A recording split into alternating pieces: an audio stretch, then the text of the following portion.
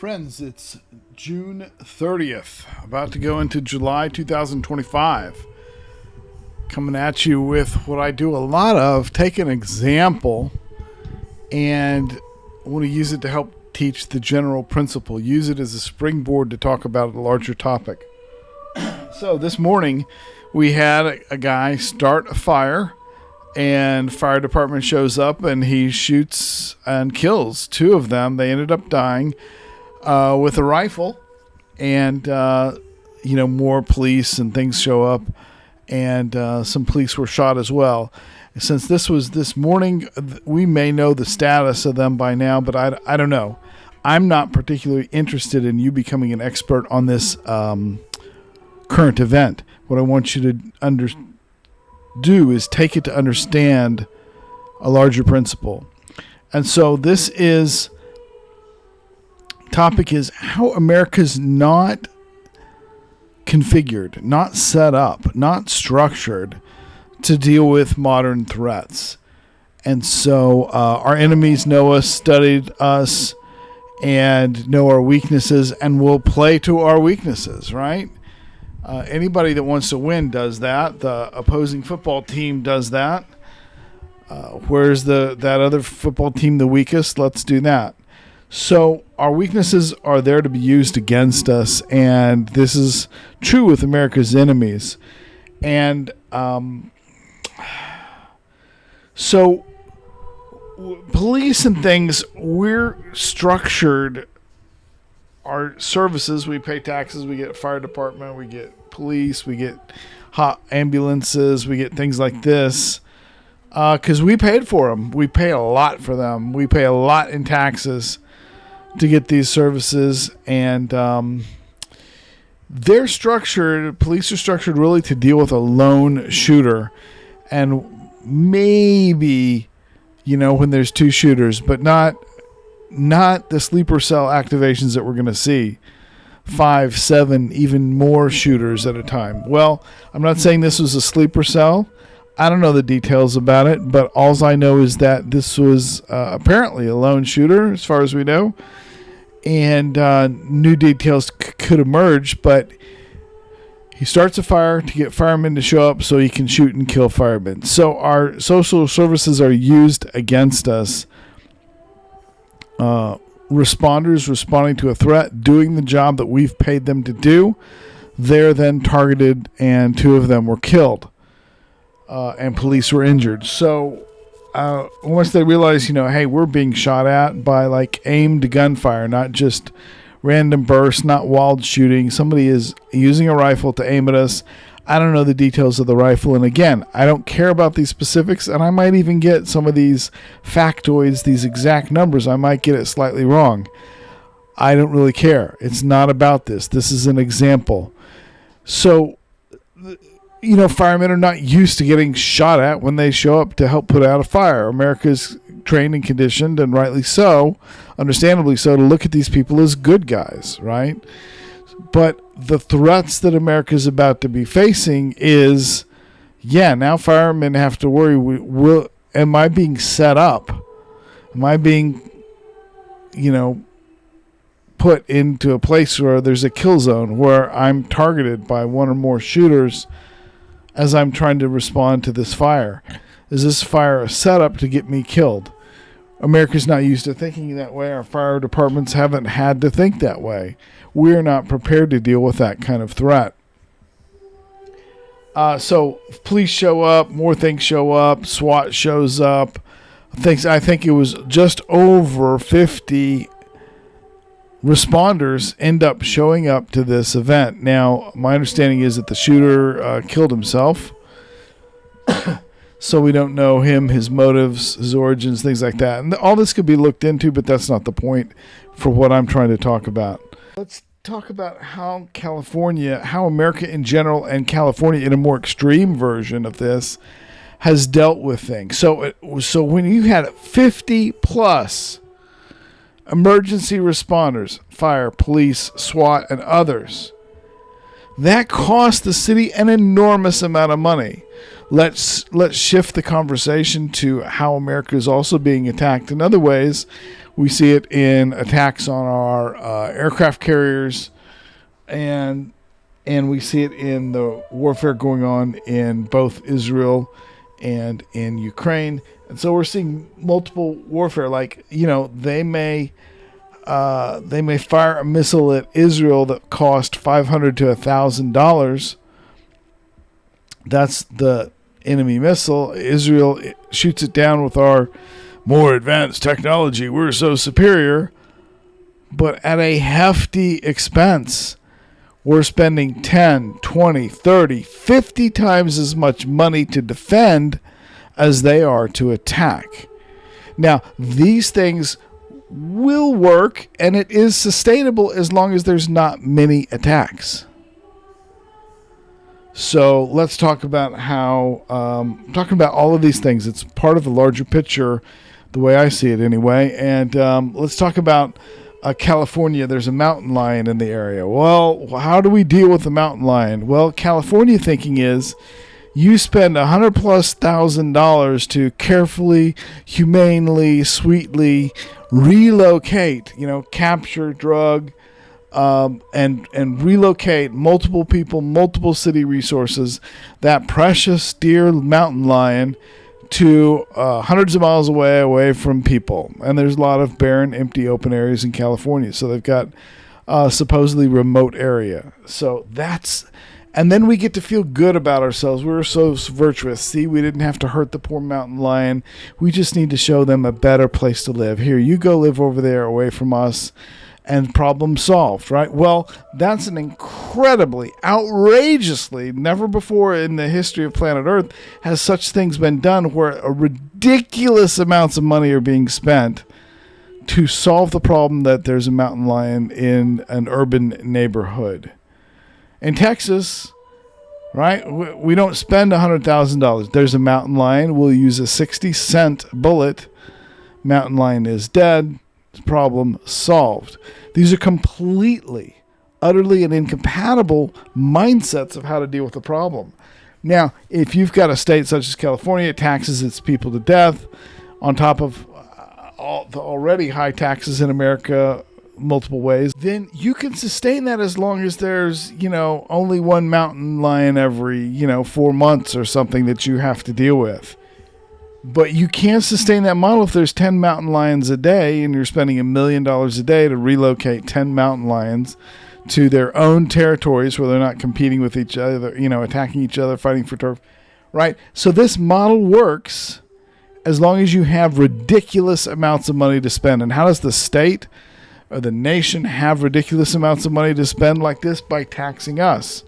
So they'll take our money and they will, quote unquote, serve us, or they will claim to serve us, and they'll believe that they served us. And the people in California get to feel so good. Oh, look, we're so virtuous. We were so humane and so nice. We were nice to Mr. Mountain Lion. We were not mean, and we didn't hurt it or cause it any discomfort or any distress. We humanely drugged it. We humanely relocated it.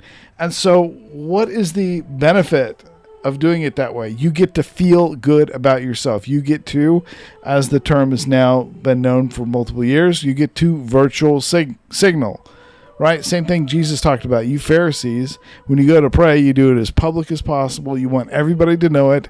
You're not praying to God, not really. You're just virtue signaling how wonderful and moral and special and virtuous you are, which is not true virtue whatsoever. So Californians get to feel we're so compassionate. We're so virtuous. We didn't even hurt Mr. Mountain Lion, but we solved the problem. Well, as I said, if you don't have many mountain lions to deal with, then you can take the public money that's supposed to be there to serve and help and protect the people, and you can relocate the odd occasional mountain lion. But when this happens in mass, you can't afford to do that. Well, here it is. We had one person start one fire, and now we have 2 firefighters killed by his rifle, and multiple police shot and injured, and maybe they've died by now, maybe they haven't. I have no idea. So You had 50 people, over 50, show up to deal with this situation. You had a Black Hawk helicopter that some quote-unquote supposed private citizen just happened to have, and there's a bunch of suspicious aspects about how did you suddenly come up with this Black Hawk helicopter that a private, and it seems there's multiple shell companies, and it's working for a military contractor in disguise. So anyway, there's suspicious details there, but I don't care about the details. I care about the principle. I care about you understanding the pattern and pattern recognition. So hundreds of thousands of dollars were spent dealing with one person with a rifle who intentionally set up a trap, starting a fire to lure firefighters in so that firefighters could be killed. And he killed himself. So he had some issue, apparently, and was mad at firefighters in the fire department or something. So we'll probably never know. My point is, there's a problem. That situation cost the city ridiculous amounts of money, hundreds of thousands of dollars. And you can even sustain something awful like that as long as there's maybe one of these a year. But this is not the reality that we're in. Our strategy is a mismatch for the threats, for the reality that we're in today. Now, you've got multiple sleeper cells awakening. They're not just one odd individual. And, multiple YouTube prophets have prophesied this sort of thing. And I don't think it shouldn't be a surprise to anybody that we're going to have. The idea is to cause mass fear, mass chaos, people afraid to leave their homes, to shut down society. Now they can use terrorist type things, bombs going off, shooters doing things. Again, I am not saying that this particular guy was a terrorist or a sleeper cell or whatever. I don't know what he was.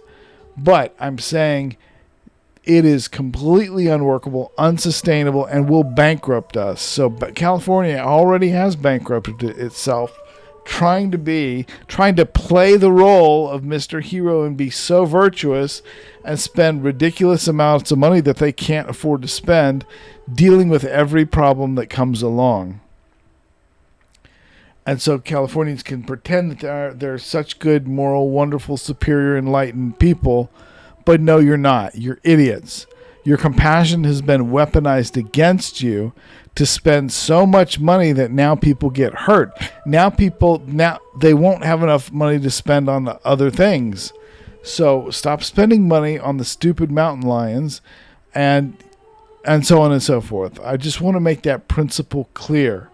So when rockets are coming in that are cheap rockets, well, they weren't very accurate, but they still hit things and blew up things that cost pennies. We're spending ridiculous amounts of money to solve problems. We're good with technology, and we've got money to spend. And these are our strengths, and we've played to our own strengths. Naturally, we have. So, even in the early part of the Ukraine situation, we were giving them these smart, quote unquote smart, because everything's got to be smart, right? These smart artillery shells that can steer themselves in flight. And you know what that did? Those artillery shells worked, and they hit the targets much more accurately, and there was a higher rate of success. However, those artillery shells, those smart shells, you can't manufacture them at scale, which is needed in any kind of war. And you can't, and they're ridiculously expensive. So very quickly you you run out of these smart shells, and you can't afford to produce more. You bankrupt yourselves by using the superior technology, and it is superior, of artillery shells that are smart, that can steer themselves and guide themselves to the target even after they've been fired out of the piece of artillery. It's superior, but it's unsustainable. It's ridiculously expensive, and for those reasons, that doesn't work. Now, Russia very quickly figured out how to hack those artillery shells, even in mid-flight.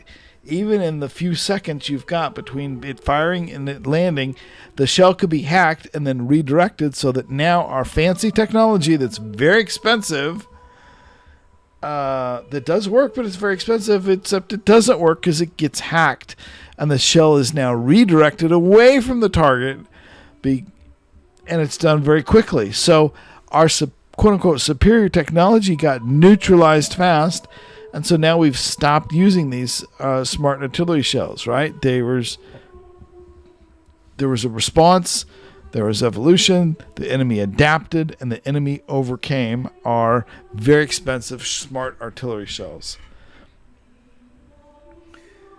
So when in downtown Dallas, you're going to see multiple people every day overdosing, taking synthetic marijuana and other drugs and falling down on the sidewalks, and the city responds. There's an ambulance that's got to be sent, paramedics that got to be sent, taken to hospital and cared for. So there's a person who's got an addiction, who's behaving irresponsibly and endangering their own life by the drugs that they're taking. And who pays for it? Well, the city pays for it. Well, how does the city have money? Well, they tax it from us. So who's paying for it? I'm paying for the fact that you're making irresponsible decisions. So if I'm paying for the fact, my taxes, that you're making irresponsible decisions, I should have some say in what happens in these situations. But I would see every day multiple ambulances are being sent, and I'm just talking about the area of downtown, not all the overdoses happening all around a very large setup city of multi-million people. In other words, you add this up, what's the ambulance cost? I haven't ran the numbers. I don't know exactly. $20, $30, $40, $80,000. Paramedics, their fees, their trainings, that they've responded to this and they're not available to respond to maybe something else that's happening. Maybe there's a car wreck happening. Well, they're already trying to take care of this drug addict. Am I here to hate on the drug addict or not be compassionate for what may have led them to be so desperate to stop whatever pain's going on? Well, that's not the answer either, is it? But there has to be a better answer, has to be better strategies than every time somebody wants to take too much drugs, it costs our city $100,000 plus. We're spending $500,000 a day not stopping drugs, not fighting drugs, trying to save the life of somebody who's just going to, in many cases, they just turn around and overdose again within a couple days. So we've enabled them to overdose because we've coddled them, we've taken care of them. It's a complicated problem. It's not cut and dry. Do we just let them die? Well, what I do know is we can't afford, literally cannot afford, to spend $100,000 plus of taxpayer money every single time somebody wants to be irresponsible with drugs. We need to find better answers. I'm not saying I have better answers. There are people who look into that and have and are proposing some things. But when a person's free choice to damage their own body means that my money has to go to helping you avoid the consequences that happen when you damage your own body and potentially kill yourself. Again, this is something that our system can handle if it's done very sparingly. We have a drug overdose once every 2 months. But no, that's not the reality, right? I don't know the statistics. We got 10 plus of them a day in Dallas. I can feel pretty confident in saying that. It may be 50 a day. I don't know. So Saul Alinsky, in his book, Rules for Radicals, who is a Luciferian, who is Obama took a lot of ideas from him to help him destroy America more effectively. He talks about overwhelming the systems. We got to overwhelm the systems, particularly the social systems, the services systems. Well, this includes the fire department system. This includes the utilities, the water treatment plants. There's vulnerabilities and weaknesses in all of these sorts of things. The electricity, the power stations, the power lines, so overwhelm all the systems. Now, we've seen this most dramatically in the immigration system, where you have so many people. Again, it's a very different picture once Trump started his second presidential term, but they are specifically, intentionally trying to kill you and replace you, and they're doing this through multiple attacks. And one of these attacks is about overwhelming the systems that we use, that we need, that we rely on, that we depend on. We've got public transportation. You can overwhelm those systems. We have immigration. You can overwhelm those systems. We are very weak. We have a sophisticated society, fairly sophisticated. Everything's relative. But there's built-in weaknesses. And we want to be compassionate, and we try to be compassionate. And we've built into a lot of rules and regulations and policies and so forth of what compassion looks like. If somebody has a medical emergency from taking too much drugs, if somebody has a medical emergency for something else, if somebody's involved in a car accident and needs medical attention, right? So there's all these emergency services of all kinds. My point is, these are ripe for attack. These are easy to attack. And it's not going to be too long before all of these services, from your water utilities to your police to your fire to everything else, will be shut down as our systems are overwhelmed. Overwhelmed on purpose, overwhelmed by design. These are weaknesses in our society that are just waiting to be exploited by our enemies, and we're just barely starting to see this happen. Again, if there's only an occasional overdose, if there's only occasional of any of these, only an occasional shooter, we can afford to spend a lot of money to make that problem go away really fast. It works when things are minimal, when there's barely a trickle. It does not work when the systems are overwhelmed. So not only are we going to see lots of bombings, lots of shootings, lots of random things going off at sporting events, at anywhere, at churches, anywhere where people are gathered together so that maximum damage can be done in a particular space, to maximum damage to human life and well-being, from let's poison the HVAC system, the indoor air quality of a hotel, right? You release certain toxins, you can kill most of the people in a hotel pretty quickly if you use the right poison. Oh, don't give the bad guys any ideas, Marcus. They already know all this stuff and beyond. They've already thought through it. They're motivated. This is not hard info to figure out. This is not secret info. This is not hidden info. Most people are not used to having to think in a tactical or strategic way, but our enemies hate us, and God is allowing them to have and controlling the amount and the rate and the speed at which they have an upper hand over us. Our systems are being overwhelmed, will be overwhelmed, and when it's overwhelmed, it shuts down, right? So let's just talk about, there's several stores. Ever since roughly the pandemic, so roughly 2019 forward, there's enough theft happening out of retail stores. People just walk in, grab all the jeans off the whole table, run out the door to the waiting van, zoom off, right? Again, a store can handle a little bit of theft, but those systems can be overwhelmed. If the 7-Eleven gets robbed once a week, that's one thing. If it gets robbed, as we were seeing downtown, over 10 times a day, that's another situation. Maybe you need to we saw there was a time period where there was a full-time police presence, and it was getting robbed over 10 times a day. Just walk in, walk out with something. It's quick, it's fast. There's public transportation right there that you can get on to make your escape. Again, if there's just a few incidences of this, it's one world. But we're in a world now where all the systems will be overwhelmed, are being overwhelmed.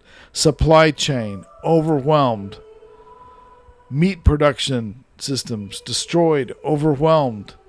Diseases released to overwhelm medical systems, even caring for diseases in animals, our food supply, all systems overwhelmed. You need to prepare for a world in which all the systems are overwhelmed. We won't be able to rely on police showing up. This is coming faster than Americans think. Americans are not used to having to think this way. Americans are used to paying ridiculous amounts of money to the state to coddle them and have all these services on hand so that problems and crisis mostly goes away really fast. It's all susceptible to being attacked in organized, strategic ways. Things that a military or tactical mindset would call soft targets, right? They're not in a fortified bunker. They're out there trying to put out a fire. They're just simply out there trying to sell blue jeans at the blue jeans store. Things like this we're susceptible to. Now, the other thing is our enemies will be dressing up as police, dressing up as firefighters, dressing up as all the things our society has been told to trust. And therefore, when you see people in police uniforms shooting, you're programmed, you're conditioned, and understandably so, to think, well, these must be the good guys. You're not willing and you're slow to respond to start shooting the police who are actually fake police, right? We're not used to having our system overwhelmed by fake police committing crimes. Now we have police and they commit plenty of crimes because they're Masons and because they have power trip over people and many other reasons. But we're not used to see it as a systematic thing where everything we think we can trust, suddenly our enemies are wearing the disguises of the things that we're not set up to resist. Right? People showing up in, the orange vest. They look like they're doing road construction while they're rerouting traffic into a kill zone someplace off the main road. Hey, we're doing some work on here. There's signs. We're used to obeying. Why? Because we've been brought up and lived in what's called a high trust society. Why has it been a high trust? Well, as flawed as we are, as selfish and corrupt as we are, there's still a strong basis of Judeo-Christian values, right? Where people have rights, where people should be honored, where people shouldn't be just assumed automatically to be guilty, or whether people shouldn't just be punished outright until you've got a good evidence and can make a good case that they are guilty and do need to be punished. These are all things that happen in a high trust society. Most of the world is not that way at all. Our thinking, our living, our way of approaching things, our strategies for a living are at a total mismatch for what's coming against us. Yeah, we're going to get cynical and we'll, be a lot quicker to shoot back as a result of getting burned, as a result of having fake police show up to rob banks, having fake police show up to reroute people from the football stadium into a room where they're all just shot, right? We are set up to obey the authority, even when what the authority is saying doesn't make sense. All of these traits of America can, will, and are being used against us. This example, it's a useful example to bring up this topic. The guy sets a fire in order to get the firemen to show up, in order to shoot and kill them. He only managed to kill 2 and shot some police, and hopefully those police are still alive. But that's cost the city. See, I don't know these details. I don't even know what city it's in, but I'm good with concepts. So it's cost the city a ridiculous amount of money. How much does it cost to have 50 first responders reroute their day to deal with this one guy who started this one fire and with one rifle shot more people? You just need to realize this is the case. You need to come into alignment with reality. The reality is that our enemies are all around us. They've had decades to embed themselves in us. They are now good at looking like Americans if they want to look like Americans. You know, they'll drive the trendy pickup truck. They'll wear the clothes. They will blend in. It's not hard.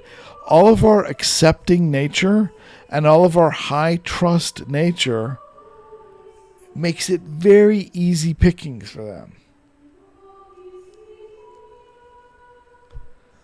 Every day we see foolish people. They feel that they can walk down the sidewalk at night because they've done it for a few years and nothing's happened. They're not in touch with reality. They are not up to speed. And eventually, through sheer amounts of trauma and abuse to us as a society, as a culture, we will get there. But I don't want you to be that way. I want you to be ahead of the curve. You need to already start thinking this way. You need to start thinking, to be careful. One of your most vulnerable moments in society is when your attention is paid to, in a parking lot or getting into your car or something like that. Your mind is not on that. It's not used to having to watch for threats that might be sneaking up on you. It might be multiple threats. It might be a threat wearing a security guard uniform. It might be a threat wearing a fireman uniform. It might be a threat in a police uniform or something else. We're very obedient. We're very compliant. And we're not used to having all these people in uniform that they're supposed to be our servants, actually be infiltrators or people in disguise, people in costumes, betraying us, turning on us, and killing us, abducting us, trafficking us, and all this. America is in for a very rude awakening. This has just barely begun. It's sad, it's unfortunate, but God has allowed this as judgment on America to help. Why? Because he hates America? No. Because he wants America to wake up to how much we need him, to how far we've drifted away from him, his heart, his ways, his commands, his word, to how much we've fallen from the level of unselfish love that he has. So what's more loving to do? To relocate the mountain lion at a cost to Californians of $100,000? All the different moving pieces, all the very expensive way in which it's done? Or is it more loving to spend 60 cents to shoot the mountain lion and end the threat, and now it doesn't need to be relocated? In one scenario, you get to pretend that you're a good person. And in another scenario, you are a wise steward of the financial resources so that you still have resources left to help in the next situation. We're going to quickly use up all our missiles, all our oil, this is why when we see countries being hit, even today, even in 2025, you don't even have to go back further in history to thousands of other examples. What are they doing? They're destroying the oil refineries. They're jamming cell phone signals, things like that. So your communications will be attacked. Your ability to move around and transport yourself will be under attack. Is it a fake roadblock? Maybe. Is it a bomb at a key intersection? Maybe. It's so easy how these things can be shut down. There's 4 major points in Dallas. If they all got attacked on the roadways, it would shut 90% of the city down. So our enemy is going to be thinking strategically, and we're idiots if we're not also thinking strategically. Our enemy has been preparing to destroy us and use all of our weaknesses against us, and we're idiots if we're not thinking somewhat tactically. We need God to help make us wise, to alert us to threats, to provide protection, and we need to ask for it. We need to pray for it daily for ourselves and for others. So that we're in the right place at the right time and we're not in the bad place at a bad time. The best way to win a crisis situation is to not even be there. We need God's protection. We need God's guidance. And there's not a bunch of time to go figure out. I can't take 2-3 months to figure out, was God really telling me this? We have to cultivate discernment. We have to cultivate the ability to hear his voice. Oh, that's a nice idea. No, it's vital to your actual literal survival. So, America, I'm probably mostly talking to people who call themselves Christians, followers of Messiah, Jesus of Nazareth, and, whether you want to say his name in Aramaic or Hebrew or what have you, this is the same person that the four Gospels are about. Jesus loves us, but if we're not paying attention and we're not being disobedient, we can easily wander into a danger zone unawares and get taken advantage of. We can't know every little plot, scheme, and agenda set against us. It's just too much.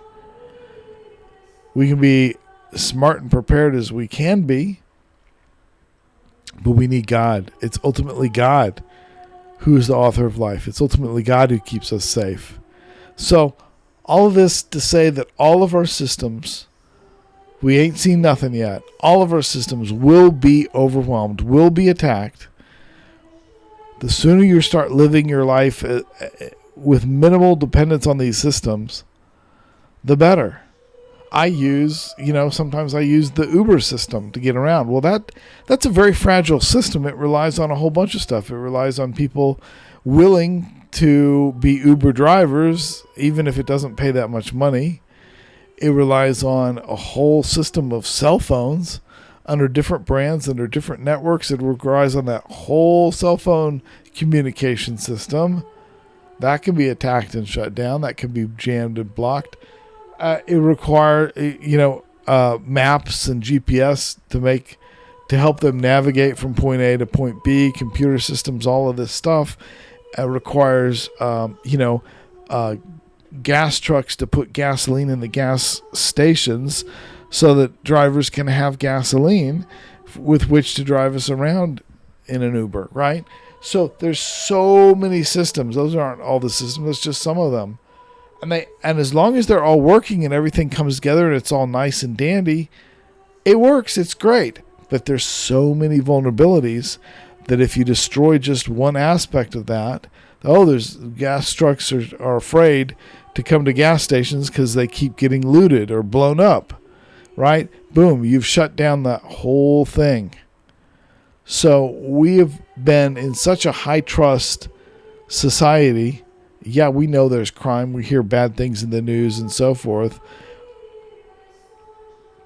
But we're not living as if we're surrounded by predators when we've been infiltrated with now over 50 million saboteurs. People, that's just a number. You can't relate to it. I know. It's hard to relate to that number too. It just seems some very abstract number. But yeah, we're about to see the worst aspects of society come to the fore. And I don't just mean perverts wanting to read stories to your children in the library. That's bad enough. But I'm saying the erosion, the undermining, the destruction of our high trust society itself. At the same time that banks are failing us, that false peace and false safety is talked about, but we're less peaceful and we're less secure than we've ever been. So there's a lot of change happening. It's going to come relatively quickly compared to the speed at which minds and hearts will adapt. But we're going to have to adapt. We're definitely capable of adapting. Our ancestors have done it many, many, many times. So it's there. It's in us. It's built into us. It's just going to be a very rude awakening for a lot of people. A lot of people are only going to change when enough personal damage and pain comes into their life. Take all these things into account. Pray accordingly. Keep praying for peace, safety, peace when you're in your house, peace when you leave your house, peace and protection when you're on the road, peace and protection when you're simply trying to shop at the grocery store or the mall or wherever it is, because all of these places are increasingly come under attack. And from what various online YouTube prophets say, these attacks are going to be so spread out and randomized that it's not like you're prepared to defend yourself from one thing. The whole point is to make it unpredictable, so that whether a bomb did go off today or not, you have a very high level of anxiety just, getting out of your house and going to that grocery store, going to get that gasoline, going to get that meal, whatever it is you're doing, because and there's going to be enough backlog of known documented events that now you've got this worry brewing in you of you being attacked. Well, you need to plan accordingly. And there's prepping channels that you can watch on YouTube, and books about it, and articles you can read, and all this kind of stuff. And that's great. And I do suggest you do all those things. You also must pray to God. What do you need to do? What is His plan for your personal safety? Not just general principles. God, show me specifically what I need to do, the priority, how to order it, what's most important, so that you can start, how do you eat an elephant one bite at a time? So you can take this thing of, I need to transition and shift to a world where there's constant threats to my well-being around me, where they're very real. People trying to abduct me. Yeah, not just send me a fake email scamming me out of money, which is bad enough, but yes, getting physical, getting kinetic, so to speak. So we must pray for protection against all these things, and to help to know what to prioritize, because God completely knows. It's us that doesn't know. So may you take all this to heart, pray about it. You need to get the specifics from God Himself. And so I wish for you protection and peace and security. But you can't just coast through life. You have to be vigilant.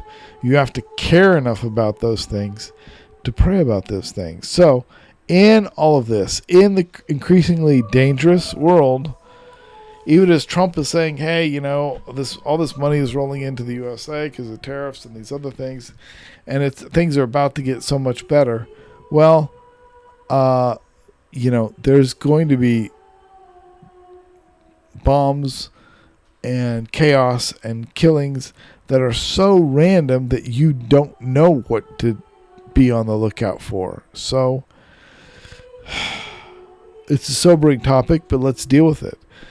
God, help me to be an overcomer. God, help me to be safe.